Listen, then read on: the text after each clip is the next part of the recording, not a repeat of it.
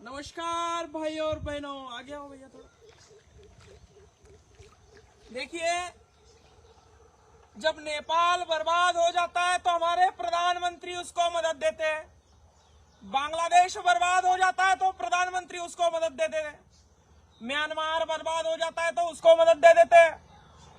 अरे पंतप्रधान सन्मान्य मोदी साहेब जी, मागचं 1 वर्ष झालं आमच्या पूर्ण महाराष्ट्राच्या ग्रामपंचायतला निधी दिला नाही 15 वित्त आयोगाचा।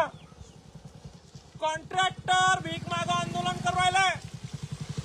जनजीवनचा पैसा नाही, कुठल्याच योजनेला निधी नाही आणि तुम्ही बाहेर देशामध्ये खैरात वाटू राहिले। आता इथं महाराष्ट्राचं वातावरण नेपाळ, बांगलादेश, श्रीलंका, म्यानमार सारखं व्हायला आलंय। तुम्ही बाहेर सूटबूट घालून फिरायला लागले आणि बाहेर खैरात वाटू राहिले। टॅक्स आमचा, कर आमचा आणि मदत म्यानमारला, मदत श्रीलंकेला, मदत इकडं नेपाळला, मदत चालली आमची इकडं बांगलादेशाला। हा जो रस्ता आहे, इथं मी झोपलो, हा रस्ता 2 मुख्य गावाला, बाजारपेठेला जोडणारा रस्ता आहे। पहिलं गाव आहे बोरगाव अर्ज, माजी बांधकाम सभापत्याचं बोरगाव अर्ज गाव आहे। दुसरा गाव आहे गेवराई पायगा। 4 किलोमीटरचा रस्ता आहे साहेब हा। थोडं पुढे मुख्यमंत्री देवेंद्र फडणवीस साहेब, 4 किलोमीटरचा हा रस्ता आहे। 5वी पासून तर 12वी पर्यंत जवळपास 300 ते 350 विद्यार्थी या रस्त्यानं रोज ये जाय करता पायी 4 किलोमीटर।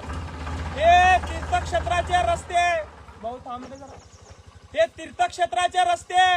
राजुरीश्वर गणपती यांचं मोरेश्वर गणपती मंदिर बोरगावारच इथे, श्री संत विश्राम बाबा यांचं मंदिर गेवराई पायगा इथे आणि 300-350 पोरं या रस्त्याने ये जाय करता आणि रस्त्यानं दर 100 मीटरला असे डायव्हरे तुंबले। हो, आमच्या देशाची खैरात बाहेर देशाला वाटणाऱ्या लोक हो, आमच्या रस्ते तुम्ही कधी चांगले करणार आहे? आमच्या कॉन्ट्रॅक्टरला कधी तुम्ही कामाचे पैसे देणार आहे? आमच्या ग्रामपंचायतचे कधी तुम्ही 15 वित्त आयोगाचे हप्ते देणार आहे? देशात ही अवस्था असताना 56 इंचाची छाती फुगून तिकडे पैसे वाटायची, खैरात वाटायची कामं तुम्ही लावली आहे।